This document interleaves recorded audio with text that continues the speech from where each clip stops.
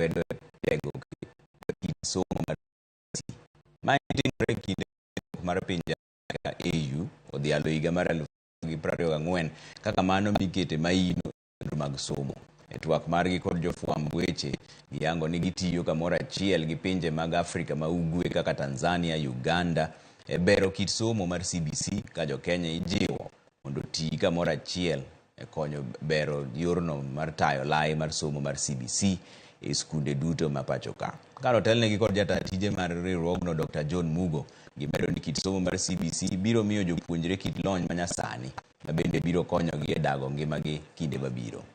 Named the Africa Union's Year of Education, and this is the first time in history for the Africa to recognize that education is central for human capital development on the continent. That Africa cannot develop if we get education. But what excites us even more about this year is the recognition of the need for skills. Educating an African is fit for living in the 21st century. This implies that Kenya has taken already the direction because CBC that is under implementation has recognized some of the components that are known to be key for 21st century living. Action for life and values in life was able to progress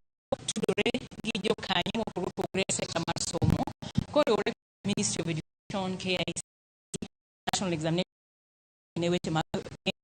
kawangiyoni ere mage neno ni wambedo mokati kamana ni kwedo chiro mal to wan bende wakedo chiro moko manyalo konyo e reso chiro mag somo pachuka kod loro mar Afrika ma ugwe. Omiyo